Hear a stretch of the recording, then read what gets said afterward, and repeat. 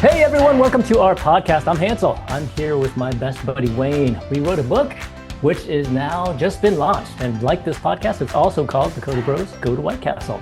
It's a book about our story, how we grew up Asian, how we became best friends, and how we found our White Castle.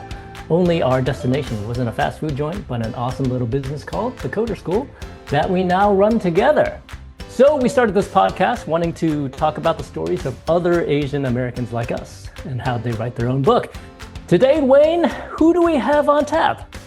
Yeah, I'm psyched to introduce our guest today, as he has undergraduate and graduate degrees, including a PhD from two of my favorite all-time universities, University of Michigan, where my dad went to, and Berkeley, where my sister. Love these universities, love their sports, love their academics, all top schools.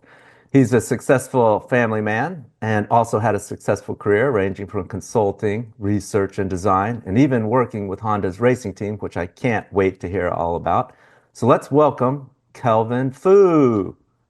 Hey guys, how's it going? Go Blue and go Bears. Yeah. All right. My man, right, Kelvin, well, thanks for being on, man. Good to be here. Yeah, cool. Well, start us off. Tell us what you're up to these days. Honda, I guess, is a big thing that Wayne mentioned, but tell us about it. Yeah, so we're based in LA. Been here about 20 years. Married to my wife Kathy. Have two boys, and they both grew up in LA, so they're in their little bubble here in Southern California. But I've been with Honda Racing about 10 years. About 10 years in aerospace before that. We handle all of Honda's North American racing, so it's IndyCar, and it's mainly IMSA prototype racing.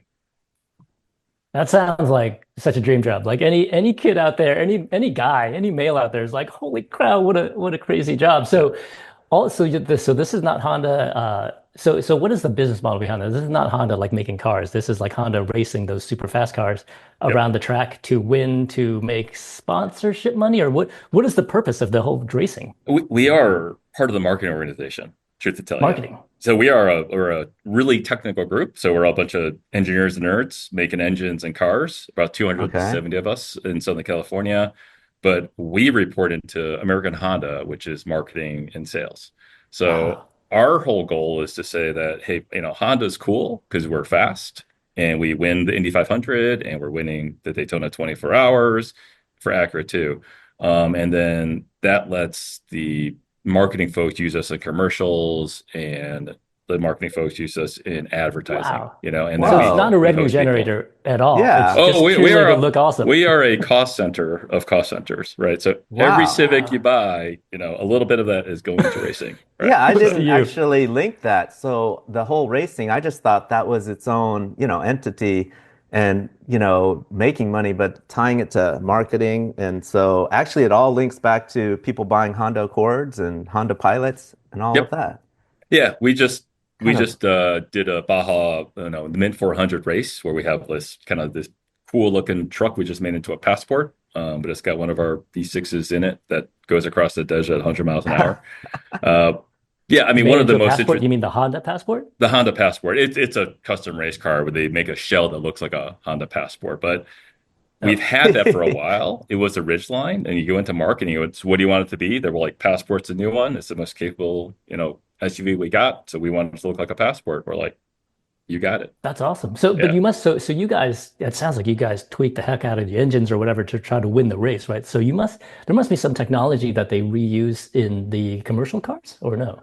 It's hard. I'll tell you, like 10 years ago, it's all about internal combustion engines. But now what's been most interesting is because nobody knows where the auto industry is going, right? Is it hybrid? Is it battery electric? Is it fuel cell? Is it hydrogen? Yeah. We've been pursuing all these different technologies. So like Indy cars are now hybrids. So we have to work with energy management stuff. And we got this, our prototype in IMSA. That thing is like 70% of an F1 car in terms of complexity. So all of that technology is slowly filtering itself back into like Honda production cars. I mean, it's years in the making, right? But we're doing some really cool stuff. We're presenting it to production, and they're like, "Hey, that's an interesting technology you guys have worked on." So we've been slowly feeding some of it back, but a lot of it's in software and simulation, how to do car control, how to do traction control. So we're doing some wicked stuff that Yeah, I think one day we'll go back into production cars. Are that's you insane. mostly like, are you in, I mean, there's so many different aspects. Like there's just the materials even of it, right? Like Yeah. the having to have the right, you know, strength, but yet super light, I guess. Is that something that like you're trying to shave down every Yeah, ounce? we Uh, we break a lot of engines because you're like on the dyno, we break engines because you're trying to make it as light as possible with as much horsepower as possible. Because in the end, power to weight is what dominates a race car. right. We The also do dyno, is that like a treadmill thing, or sorry, a dynamometer. It's where the engines are Yeah, put to test. right. It's like a lab, yeah. So it's we like build our okay, engines. We go through like a lot of engines every year to get a little bit more power for Indy. And because if you ever watch the Indy 500, it's like we hit 240 miles an hour at the end of the straight during qualifying. So it's a huge Indy. So every year we try to get a little bit more power out of that engine. So yeah, we push everything and we break a lot of things during testing. We'll break things that's on track insane. too, which is really bad. Yeah, But the and whole have you point, ever do they let people like you drive it? no, no, You have to no, be a no, no, pro. no, no. You got to be a pro, right? So Like you've they have never a gotten in one. Oh, two-seater. come on. But you're the, you know, if you're the executive, you just say, hey guys, step aside. Yeah. I'm doing Yeah, Yeah, it. yeah. everybody out And of the then way. they're like, just go away, Kelvin. You don't Yeah. And you you just don't know get what in you're and talking about. Yeah. here you go. Here you go. That's Ex- you. Looks like Exactly. we're there. Yeah, yeah. Hey, just wait So for the crash at the end. Yeah. Yeah. so but you have you never like wanted to get into one of those cars? You just kind of like watching? Yeah, I'm just watching. You know, Oh Really? man. I've driven some of our I had an NSX this weekend for a Mm. recruiting event. Ooh. And so that's like 570 horsepower, right? Mm.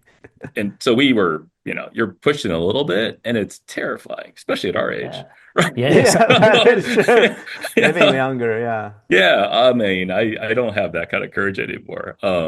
So even if it's even if I got into a race car, I couldn't push it hard enough to actually make it work right Mm, because it's all Mm. aerodynamic. So you got to be running at a certain speed for the downforce to work, and then the car is Mm. going to be that makes like, sense. Grip to the it, ground. yeah. Right. If So you're you're only just going kind of, 40 miles an yeah. hour, like there's no Yeah, it's downforce, not so the doing car's going to, anything. And yeah, none of yeah. the all the design is like, this So is not feeling so the right. electric stuff must be impacting somehow, right? Because if you think about all of the production electric cars out there, the Teslas or whatever, those things are going 0 to 60 in like 3 seconds, like Yep, pretty normally now, yep. which is not the case with ICEs. Does that impact you guys? It, it Are they a lot faster if they're electric?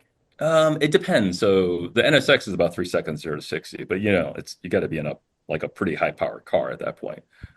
For us, the problem is there is an all electric racing series called Formula E, but you can't run that long in it, right? Or you have to go slow. So if you're going to Hmm. run the Indy 500, which is 500 miles at averaging Oh, 200 something miles an hour, your batteries just aren't The going to battery will last, die. right? Yeah, ah, Or if you that go makes in, it sense. takes too long to charge, right? So yeah. that's why it's faster to refuel and get back out. The refuel, I mean, F1, because they don't refuel, it's like 2 second pit stops or 3 second pit stops. For the Indy 500, we'll do like tens of pit stops, but Yeah. the pit stops are maybe 8 seconds each. So Wow. trying to recharge a battery, it's not quite there yet. But That what But if makes they just sense. had a yeah, bunch of new batteries and they just they, swap that they, sucker in eight they used seconds, to do right? that. Formula E used to go in and the Yeah. driver, I think, would swap cars or you try to swap Oh, batteries. But right, right. it's Swap the yeah, car. it's still it's just not the same, Not the right? And same. Yeah. you Yeah. couldn't go like as fast as we go with an engine with an all electric vehicle. But I definitely never understood the sport though. I mean, because NASCAR and Indy is humongous, like worldwide, but I'm looking at it like it's just a bunch of dudes going around in circles. Like, what am I looking at? exactly, How do I exactly. root on this team? Yeah, Do you understand the mechanics of how the sport works? I yeah, I get the strategy and stuff. I think depends. If you're like F1 or NASCAR or IndyCar, a lot of times it's the driver, right? So I don't know if you Hmm. guys watch Drive to Survive, which is the F1 Netflix series that kind of Heard made about it, but F1 yeah. super popular in Yeah, I the heard US. about it. But It's all about the stories of the driver. So that's where the fans tend to want to attach to, right? So Mm. some people are Ferrari fans, some people are Red Bull fans, but a lot of times it's the driver that matters.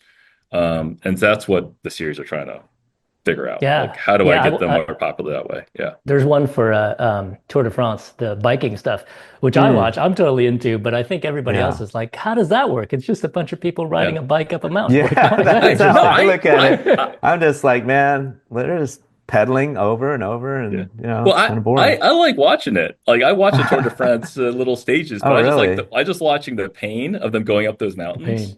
Oh, Uh, Yeah. yeah, the that's pain. insane. Yeah. And then Yeah. a lot of people just watch it for the crashing, right? Yeah, I yeah. mean, I Well, guess so, but speaking it of that, happens. so yeah, Yeah. like you go to a lot of these events, right? And you're right there in the yeah. audience. I always worry about the audience because like, Mm. I mean, are you ever just thinking like I could die if that car just makes a little miscue and I mean, they have the fences, but it doesn't really seem like that's gonna, a 240-mile-an-hour car going over, it's gonna just kill the audience even. It, I'm worried about the driver alone, but the audience seems like they're in danger. yeah, like so the tracks are pretty good nowadays with in terms of the fencing. That fencing is Okay. incredibly strong, Okay. right? But if you're where we are, like we're inside, right? Yeah. We're on the pit lane and we're paddock. And then when you sign, we get what called hard cards, which is season long passes. You sign a very long waiver, Mm. Yeah, right? of All course right. You you die, you do. And die. Because yeah, like all of you us do, die, or at right? I least a mean, broken leg. I mean, somebody's gonna just tweak your leg or yeah, something, or the risk is on you to be aware of what's going on. So there So yeah. have who's been that? times, yeah. Who's at these races? So I know like Kentucky Derby, for example, like all the stars fly in for for the horse race and stuff. Is it for the Indy and for NASCAR? Is it like that where there are a lot of celebrities that come out? I think there's an okay amount of celebrities. I mean, F1 by far has everybody shows up for this Vegas event or the Miami event. That's really Yeah. where the Right. Coderati show up. The 500, I mean, we had, oh, do we have some actors there? Yeah. Like they So you invite don't some. even, yeah. I think I've seen some posts where like I think doesn't Brad Pitt own a team or something Brad Pitt's in an or F1 movie. That's why oh, he's, okay. yeah. So It was Maybe an that's actual why. movie. It he's Yeah, wasn't got he a was movie just in coming the out this movie, year. so he's Yeah, probably yeah. doing his research Yeah. then, I Yeah. guess. I think Yeah. Keanu Reeves was driving a race car at some point, kind of the lower level series. I mean, there are, but we're just working. Like my whole Yeah. weekend is just a series of meetings, and Yeah. we don't pay attention a lot to that kind of stuff. Or like our PR folks are there at the big races, and they're bringing like their people in, and so I've met a bunch of like influencers, right? I mean, that's the new thing these days, right? It's just Yeah. these Of are course, you all probably don't recognize any of them. I don't know. I've Yeah, gotten to you're know just them. like you're not influencing me. I've No, never they're very seen you. nice. Yeah. It's funny, Yeah. But speaking of Yeah. movies, what about that Gran Turismo where they had a video gamers, and the simulation was so Yeah. accurate? Is that Yeah. anything at all? So that guy, like I mean, it's based on a real story. I think he's still racing. I don't think he's advanced. I mean, Really? I can't remember where level he's at. I mean, he's not at a pinnacle level stuff, but it's based on something that really happened. Which is So crazy. Yeah, yeah, that's amazing. yeah, So before we started this podcast, Kelvin, you said that this Honda is kind of your White Castle. Tell us why you feel like this is your White Castle, and you also mentioned another one which you can dig into as well. yeah. So I'll go through the whole story then. I got into engineering as just an undergrad, just because in some ways, if you're good with math and science, it's the natural thing for Yeah, no, Asians to I go had to. no choice. I was Asian. Yeah, My dad just said you're going into yeah. You got to engineering. do it. Yeah, Yeah, and my dad's an engineer, and it seemed like a Mm. logical thing. And my sister's an engineer too, so we you have get a a whole safe family that, job. yeah, Yeah. yeah, you could do it, and you do work hard, and you'll be successful. Then I went to Michigan, got my master's. Then I flew out to San Francisco for spring break, getting my master's. I landed. Ed picked me up. We went to play volleyball on the oval at Stanford, and I drove to Tahoe to go skiing. And I'm like, Wow. this place is amazing. I had no Yes, it idea. is. I had no idea California existed at the time. So then I came out to for my PhD. I just applied to California school, so I got into Yeah. Berkeley and went there. So I guess one of the things is, it was a long, torturous journey to get a PhD for me. I actually dropped out for 2 years, worked, kind of try to figure out, do I really want to go back to school? Do I really want to like continue working in engineering? And in the end, I went back to Berkeley to get a PhD just because the project I was working on was really cool. And that was the whole MEMS nano stuff I was working on. But Mm. Like probably one of the best times before this current job was, I was, still working 67 hours a week, but like at the end of that time when you're a researcher and it's a grind, but that's Hmm. just your research, right? Nobody in the world know more about my little wedge of that than me. So we used to say, you're ready for a PhD when you're arguing with your professor because you know more than him, right? Yeah. Or her. So, the best thing, like one of the things I loved just driving to work, try to figure out what I was going to do that day. And, that whole research was completely my direction, right? It was completely under my control. And that was like So that was complete like freedom, that was like right? your first White Castle is you this complete freedom where so let me get this straight. You're working 60 or 70 hours doing the Right. research. You're barely getting paid anything at all. Right. Yes. But PhD nonetheless, Thousand student. bucks a month. $1,000 a month. Nonetheless, it's your White Castle. That shows something. That means Yeah. that you really, really like research, which I got to say, not a lot of people would say that. That's that just means you got the brain Yeah. power, man. Yeah. That's Well, no, awesome. I think I like the freedom. Like I worked for 3 years in consulting, right? I was at Anderson Consulting for 3 years. Mm, And then I was like, they said, do you want to, it was more the systems implementation side of it. yeah. But I said, I don't want to do that. I know how to code. Like probably not as good as you guys do now, but I was like, I can code. I want to go and do like the teaching side, like the organizational side of it. So I Hmm. did it. And after 2 years, I'm like, this is cool, but I don't think this is what I want to do. And I wanted to get back into engineering. And this was like a good way for me to kind of flip the switch and kind of go back into a technical track again. Yeah. Well, that's cool. Yeah. So you found that first White Castle, and then you had an engineering job after that, I think, before you got to Honda. And then Honda is your next White Castle after that, you think? Yeah, I think I did 10 years in aerospace. I started Yeah. more military, and in the end, I did more the commercial side of things. And while the people are good there, and it's a good steady job, in the end, it just wasn't that engaging for me. So Yeah. when this thing popped up, it was like I went from like 70 people down to seven. And I had to talk to Kathy, my wife, a bit, and we had to kind of like take a step back in my career. But I'm like, this is something I really, really want to do. And you're an engineer, how can you not want to try racing just to see what it was like? Yeah. And coming in here, it's the people are insanely good, right? And they're incredibly motivated, and we get to do things quickly, right? We clean sheet of paper to a car on track within a year and a half to 2 years, right? That's what we could do. And we did that a few years ago. And it's so satisfying to be able to create Yeah. something I like think that. I experienced your same. I was at TRW Oh Defense, yeah. for many in Southern California as well. And I mean, it was a great, safe job. But I think, like you said, there are good people there, but just, I mean, I would look at maybe some people that had been there for many years, and I just couldn't see myself lasting, like hanging in That's there that's the that government, long. man. I remember when I was covering Yeah. contracting, man, they'd be like, "Here, can you do this code in like 2 weeks?" And I'd get it done in 2 days because Yeah. they have so much padding and everybody was so slow and nobody gave a crap about anything. Yeah. But what you're doing, Kelvin, is insane because it's that leading edge stuff, right? I mean, in order to win the race, the best races in the world, you got to have the best car and the best engine out there. Yeah. And so you're always, out there trying to get the best stuff. That's really awesome. Yeah. And you're always pushing the edge. So, and Yeah. because, you can you're only focused on kind of a small number of cars or just small number of engines, you can do a lot of things really quickly. Yeah, yeah. I So mean, actually, we always talk about us Asians being engineers, but actually, how many engineers, Wayne, do we know that actually is still an engineer? Like you and I, like we Right. got out of it, and Yeah, now we're just messing exactly. around with franchising I and was a whatever. double E, and as But soon as I yeah, graduated, I pretty much got out of that and just started going more towards software because double E yeah, actually was just way too intense. yeah, But yeah. Kelvin, you're one of those like brainiac guys that uh, really like that stuff. That's I, awesome. yeah. I I don't know, man. I went into management pretty quickly. What about the Yeah, I turnaround guess cycle? man, Like, yeah. I mean, you said that you're able to just try new things. Like, so when you come up with something pretty far-fetched or a little risky, how quickly are you able to really like get it and try it out? Like, do you all of a sudden you see it on a car and it's going around and you're trying it out and then the engine blows up and you're like, okay, we're That gonna didn't work. try. Yeah, that Uh, didn't work.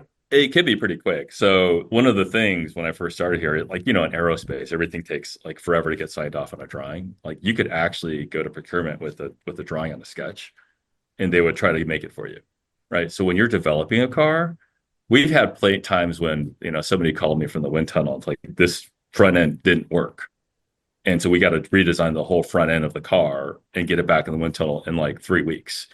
And that time is just money, right? It's just time and money. So we're gonna work a lot of hours. We're gonna find a vendor who's gonna be willing to work every weekend, and we'll pay them what they need to get paid, and we're gonna get a front end of the car into the wind tunnel in 3 weeks. I mean, that stuff just happens. Right. That's cool. Just to be able to say you work with the wind tunnel. Yeah, I know. I was about to say that too. Yeah, that's awesome. So we're both like, wind tunnel. We never get to do a wind tunnel. I just want to stand in one. I don't know. That sounds so cool. Yeah, get all the fog and it's stuff like, flying well, around. Hansel, you can't quite get your hair blowing in the wind. Yeah, exactly. You still Hansel look good is with Hansel. aerodynamic. I would like to see how more aerodynamic is Hansel's head than Hansel is mine. qualifying trim right now, man. He's got it all shaved off. So engineer stuff, all the Asian stuff, let's connect that together. Tell us, Kelvin, sort of your Asian backstory. So your dad was engineer. Were you always going to be an engineer? Did your mom want you to do it? How did you end up mentally in your space? So my dad's an engineer. Both my parents are from Nanjing, China. They kind of went to Taiwan during World War II or right afterwards, and they kind of came over separately, right? Because at the time you couldn't be married and immigrate. So my dad came and got his PhD at Notre Dame, which is the bane of my existence. Because then I went to I always root against Notre Dame, by the way. Exactly. You're a good man, Wayne. That's why I like you. Well, because Michigan, Berkeley, Notre Dame, no. Exactly. And then he's a professor at University of Toledo. So that's where we grew up. Right. So Toledo, Ohio. Okay. Yeah. So growing up, pretty white then. Was it like entirely white or pretty white? Yeah. It was all white. we were pretty lucky because they had a group of friends who were all Chinese. Like, so I grew up with I've always had my school friends who were more like white, and then I had my Asian friends, right, who I grew up with. And so we still keep in touch with that whole crew of we're all in our 50s now. Are any of them still in Ohio? No. So I don't know if you guys remember Robert Hobie. I don't. Okay, he's in San Diego. He was in the Bay Area for a while. Of course, we're all PhDs and MBAs. We're all kind of that generation of overachievers and tiger parents and stuff like that. So then in high school, you're trying to figure out what to do, but we didn't have many options, right? Like now, I think with our kids, they see the world and they see like I could be a lot of different things. I think we'd be accepting of it. I think with our parents' generation, it was more like you said, it's a doctor, a lawyer, or an engineer. It was very narrow, very narrow. And business wasn't even an option for me. We never business even was looked at like, are you nuts? Like that would be like trying to be a white guitarist in a band. What are you thinking about? Business? Yeah. Exactly. So when I went to Michigan, but that's like in high school, I always had the two separate friends, and I always went on the weekends with my high school friends, right? So we'd be going out, we'd staying out till 2 or 3 in the morning. We'd be having big arguments with my parents because I always wanted to go out, and they didn't really have any curfew. So that was always a big piece of contention with my parents. I have an older sister who was, she's the model child, straight A's, valedictorian. Well, that just ruins it for you then. I know. So for me, I could get away with a lot of stuff because I was a baby, right? I was the youngest. Right. But she was also an engineer, right? You said? She's an engineer. Yeah. So she's the smart one. She's an MIT undergrad, Berkeley master's, and an MIT MD PhD. Wow. I am just, you're the lower tier. I'm the lower tier of child. MIT. So you always just knew that was what you're going to do. Like your parents didn't have to talk you into it or whatever. It's just like, that's just you normally flow into it. It felt inevitable. Yeah. Like it was like was I going to be a doctor or an engineer? And I was like, well, I didn't like dissecting those frogs in high school, so I guess I'm an engineer. Yeah. Right. Yeah. There wasn't a ton of choice in the matter. It was only when I went to the cool thing about going and be an engineer is like you said, all of my friends, some of them went to law school who are engineers, some of them went to med school, some of them stayed, but then they worked for a while and they got their MBA. I think what I told my oldest, who's an engineer now, is like, you have a ton of options. Right. I thought he was still told his engineer. Well, I told him I thought he was gonna be a business major. And he was all into stocks and stuff like that. And then his senior year, he decided to go into engineering. And I think part of it was because I bring him to the races and stuff, and it's really Mm. cool. I Yeah. could see that. Yeah, you sucked them in, man. Super cool. Yeah. Yeah, I tell him it ain't like this all the time, right? I was like, in the end, you still gotta, you're gonna have to earn your Yeah. stripes, and you're not working for Honda Racing because we don't do Right. nepotism here. Exactly. So, You're not good just luck. getting into Honda racing. Yeah, you got to You're make going your to own start way. in the aerospace where you're just totally You gotta pay bored. your dues. You're Yeah. gonna, there you go. So then socially, are you, would you say you're pretty Asian in the sense? So you said you already had a Asian social hangout group back in Toledo. Did that follow you to Michigan and your Bay Area? I mean, because when I met you, we were all Asian. All of our Or friends were Asian. exactly. So is that how you are normally? Not anymore. It was interesting. Okay. Like at Michigan, I really hung out with like folks. That's when I really that's when I met like a whole bunch of like my social group became much more Asian focused. And Hmm. that was part of AAA, the Asian American Association at Michigan. And then when I went to the Bay Area, that's when I was like everybody I hung out with Asian, right? Like Yeah. you guys know all the same people like I do, right? Yeah. We were all hanging out together. But when we moved to LA, that's when it kind of changed. Like really, when I moved to LA, we didn't know anybody. Like Kathy and I, we were in Wisconsin for a year, and then we moved to LA because that's where we both found jobs. So when we got here, then we had Alex a year afterwards. So it was really like Oh random yeah. parenthood. And what So part of LA is it? Is it an Asian part of LA or no, just we're in kind West of LA. West So LA? it's more white. Okay. Everybody here is either like a lawyer or, they're mostly lawyers that work in entertainment, right? So Okay. Yeah. Entertainment lawyers. There you yeah, go. exactly. So like most of our friends are now like they're just the school friends from our two boys, and then we're just friends with their parents. So it's our social circle here is very white. Wow. So your boys went to school that did not have a lot of Asians, it sounds like. No, they went to LAUSD schools, and then their middle school and high school are it's a magnet, so it has to reflect LA demographics. Which Hmm. is not super Asian. I don't even know what the demographics are down there. Kathy would know. But it's like X% white, X% Latino, X% Yeah. Asian, right, and Okay. X% Yeah. black, Yeah. right. Okay. So it has to Yeah. match the overall scope of LA. So Yeah. they're exposed to like everybody. So do you think they've lost any of their culture? Do you guys like press the culture on them, the language? Did they speak? No, no, God, no. We No? tried. We tried. We Nothing at all. They're not even tried. like you say ni hao and they'd be like, I don't know Yeah. what No, you're talking about, Dad. And the no. Lunar New Year, Gong Xi Yeah, Fa Cai. I yeah. don't know. It's They're at speak least that. Japanese. Their Yeah.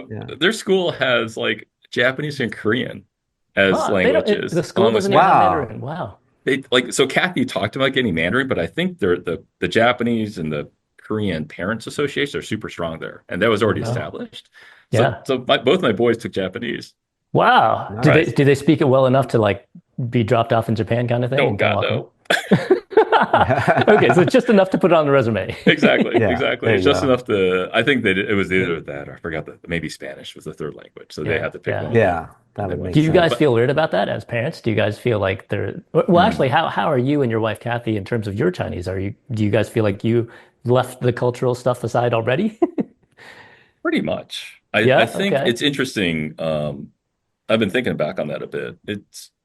I think just moving to West LA in our social circle, it's become, we've kind of lost quite a bit of the Asianness that we had. Wow. So wait a minute. When you Yeah. guys go home, do you actually keep your shoes on? Okay. No, gosh, no. Let's not go crazy yet. Okay, you still That's got not that be part done. crazy. There's still a That'd be little going Yeah, bit. let's not crazy. be Yeah. crazy now. That's He's like that. I that's couldn't handle that. that's Yeah. unacceptable. Yeah. Um, yeah, but like Wow. we tried to do Chinese school for the boys, Yeah. but our Chinese is bad, right? We Yeah, can't yeah, help it's them with homework, and they were struggling after a while, and they just kept getting left behind. And in the end, like they don't even play an instrument.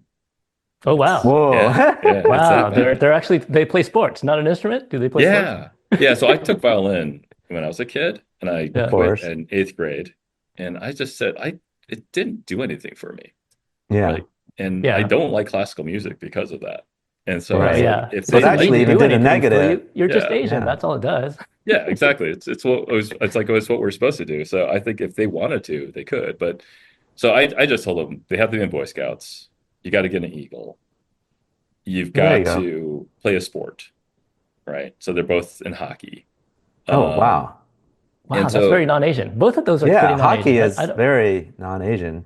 Hockey Yeah, doesn't Interesting feel sport. Asian, and yeah, well, neither does Eagle so Scouts. so my oldest, everybody does those little soccer tournaments with their kids. He wouldn't do it, or unless I was on the field with him. So he just didn't play a sport until third grade. And when everybody was playing a sport, he felt left out. So I was like, well, let me find a sport that you can play that you can kind of start from zero. That's still kind of cool. So I picked the most expensive sport you could potentially, Yeah. do. But Yeah, there's a really, really good program near us.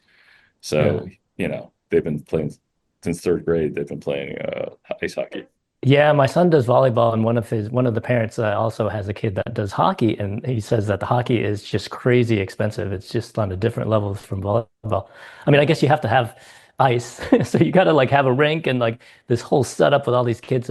Whereas volleyball, you just set up a net, and you got 15 kids on there paying you money. So Yeah, I'm yeah, sure it's a different exactly. level. Like Yeah. I But wish with where soccer, do they just charge? Yeah, where is the cost? I mean, there's the uniform, the equipment, but a lot of sports have that. I mean, is it just The to be club, on the right? ice yeah, it's just a lot of it is because it's so limited? yeah, the equipment, it's like $1,000 for all the padding and the skates and stuff like that. It's an initial, and Okay, then so every that few is a years they little outgrow bit. everything.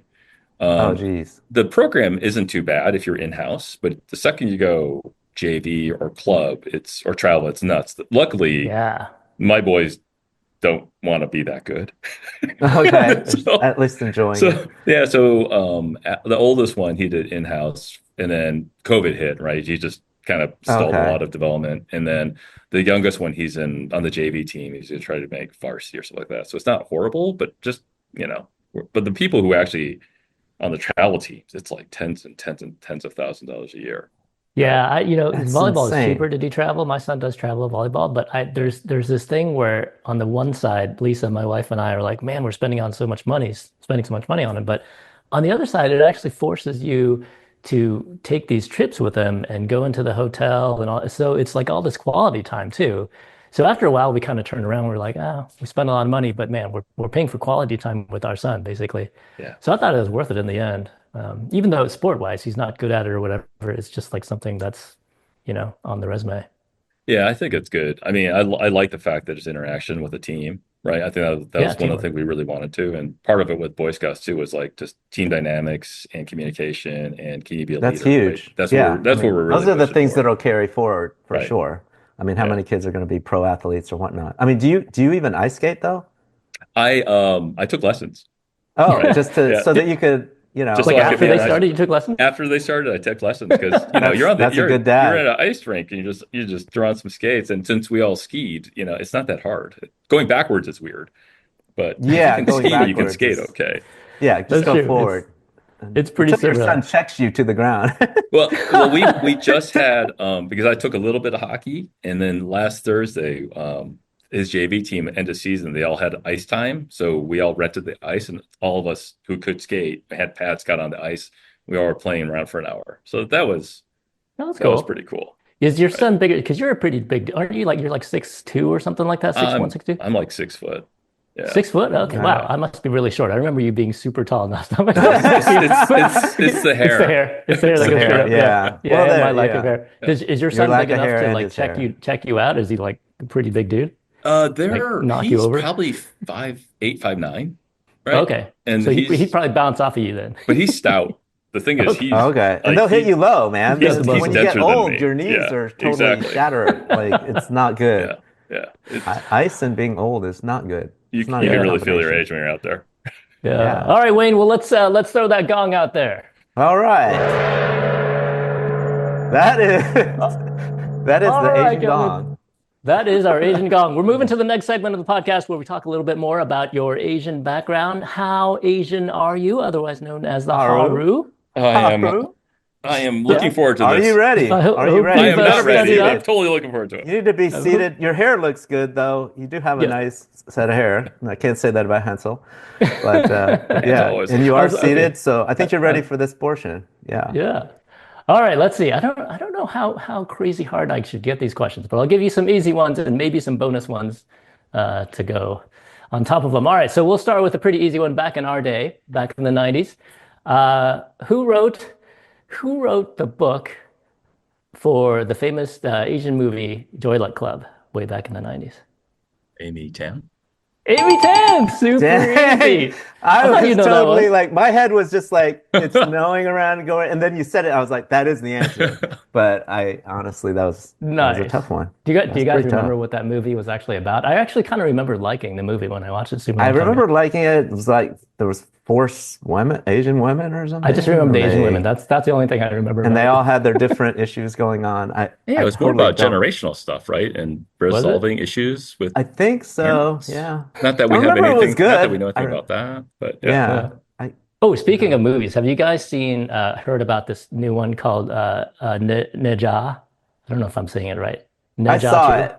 Yeah, I So saw you saw two, it? but then everyone told us we should have seen one first because otherwise So two Kelvin, is this is confusing. it's an animation that's made in China. So it's Yeah. about this I don't know what it's about. It's it's about these demigods or something. It's one of those old Chinese mythological whatever, but it's kind of like a Pixar feel where it's animated and it's a Oh, that's little kid cool. is Neja. It's Neja's the name pretty of this little kid, incredible butt animation. kicking Yeah. everybody.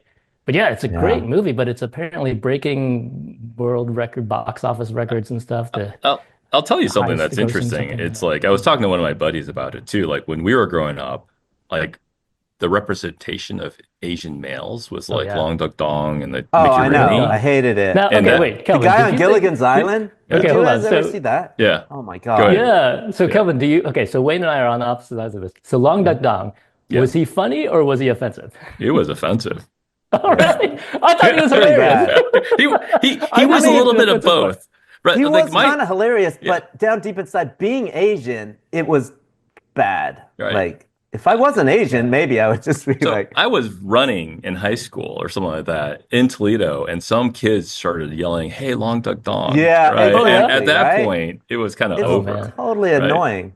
Oh Yeah. man. But I think now with like K-pop and Squid Games, I think Asian Yeah. is much Yeah. cooler now. Oh yeah. And I Way think this whole cooler. resurgence of Asian, like, or even growth or first time growth of Asian like culture and popularity in US is really good for our It's kids. 100% huge. true. But Yeah. on the other hand, there's also the whole rise of the all appy hate stuff, from COVID. Yep. And then it's almost like we're more popular, but at the same time, a lot of people hate the Asians because of the Well, whole COVID I thing. think So, there's a bit of visibility that you create it, right? We were always kind of like taught to be assimilate, right? right, Model right. minority stuff. I think this Yep, with like a bit more pride, you're going to get a bit of a backlash either that's way, true. right? Either with Yeah, it's either probably with a COVID good or not, thing. right? Yeah, it's I think probably a it's just good thing to something we have. just have to grow through as we figure out what to do next. Okay, cool. So let's go to the next question here. So this one harkens back to the 70s for the man that Wayne and I are that we idolize since we have grown up. This better be an easy question for you, Helen. Um, what was the name of the Bruce Lee movie where he had that mirror maze? Um, the only one I know is Enter the Dragon. Well, that's the That's the only one. one. Nice. Beautiful. Oh, so you're not a huge Bruce Lee fan, huh? What's up? I don't know. I Yeah. got, this is where he was super popular, like when I was in grade school. So I got a lot of Yeah. questions about it too. Because I Okay, your had name no is idea who Kelvin he Fu. Did was. did anybody call you Kung Fu? Somebody must have called you Kung Of Fu. course. Of Yeah. course. Or made Bruce Lee noises, right? Yeah. Yeah, They're always totally. doing that. Totally. But I didn't Yeah. even know who he was until like he got popular and then people were telling me about it. I was like, oh, I know he didn't reach Toledo for a long time, I think. Yeah, I yeah, guess that's true. Yeah. so.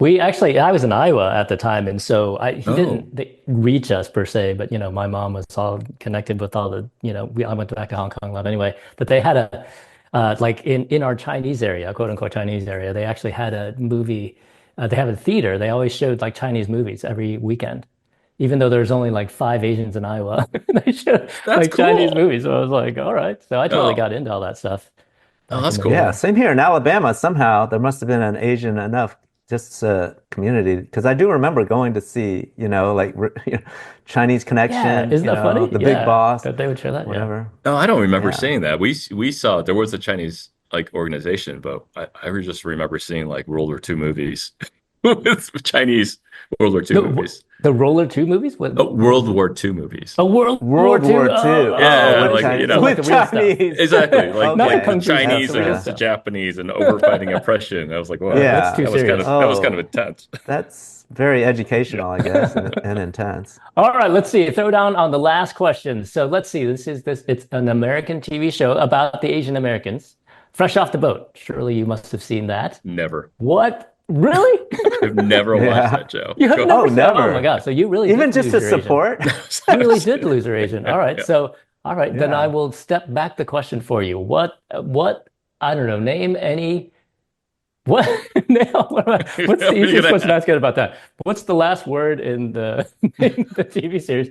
Um, I don't know. Yeah. Name any actor on there or what it was about or what city they were in.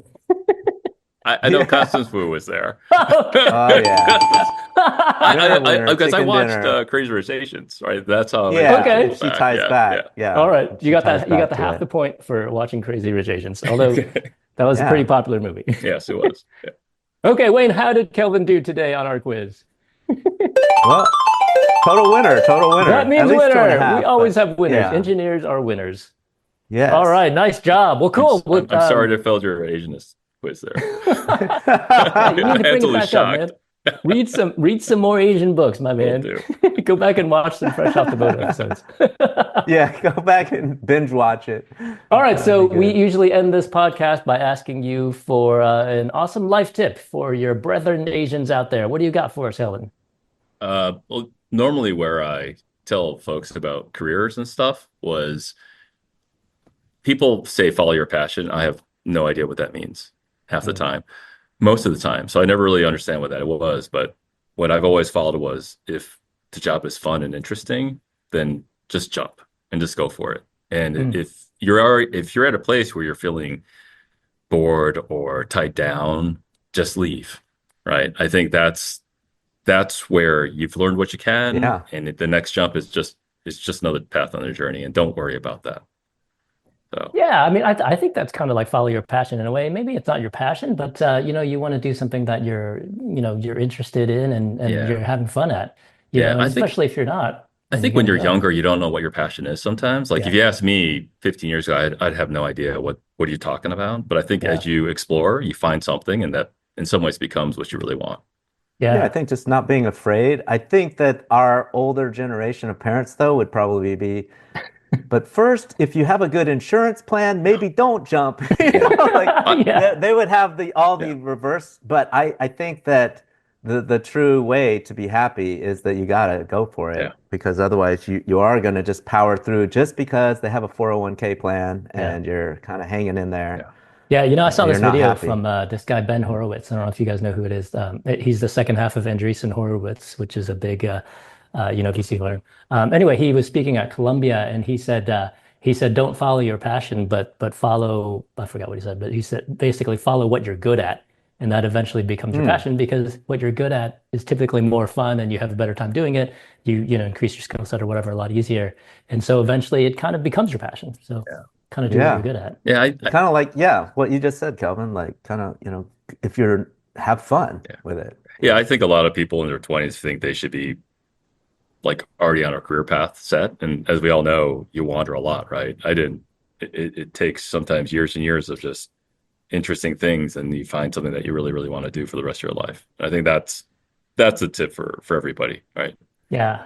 Yeah, I was talking to Wayne about that too. My son, who's going to graduate in a couple of years from college, I'm like, don't totally go for the passion where you're not making any money because you got to make a little bit of money first because you don't know what your passion's going to You're not be, moving right? home. First, stabilize yourself. Yeah, yeah. You don't want Yeah, to live at yeah, home. That's Yeah. not your yeah. passion. I used to Yeah. have like when I quit my PhD program and worked for a few years and went back. I my parents and I would have arguments Oh, about really? going. About, Oh, they were super worried that I was going to get lost, oh man. and not have a career and stuff like that. In the end, I did go back. I mean, them arguing with me probably made me look at it a little bit harder, but uh, you But know, look at how you turned out. Do you go yeah, back and you're I like, think see? in the end they're kind of right. Yeah, But I think our parents' generation was always about safety because they grew up in Yeah, a right. super that's right. Absolutely. like If you have their a good world was salary, yeah, yeah. you'll be okay. Who cares about happiness? Just at least you have a Right. salary, That's Yeah. right. right? Yeah. You have stability, You right? Which know, is what they really you wanted. have stability, Right. which was supposed to be happiness, Right. but Yeah. it Yeah. It's isn't. different. And I think we've got the flexibility of finding like to explore more, which Yep. I think we've all Absolutely. done. New generation. Yeah, it'll Yeah. be interesting to see how our next generation, our kids do. It'll be Yeah. even further removed. Yeah. So Kelvin, man, it's been a pleasure talking to you, man. We haven't seen each other for a long time, but it's really fun to get to know what you've done. Congrats, man. You've done so well for yourself. So appreciate you being on. Hey, thanks for having me. Yeah. Congratulations for you guys too, man. You guys have done an amazing job with Coder School. Appreciate it. Thank you. Thank you. All right. Well, thanks, Kelvin. Appreciate it. We'll talk to you next time. Thanks for being with us. Take care. We are sponsored by none other than the Coder School, a company that teaches kids how to code with over 70 locations all around the country. So if you're interested in getting your kids to code, head online and check us out. Learn to code, change the world. Thanks for listening.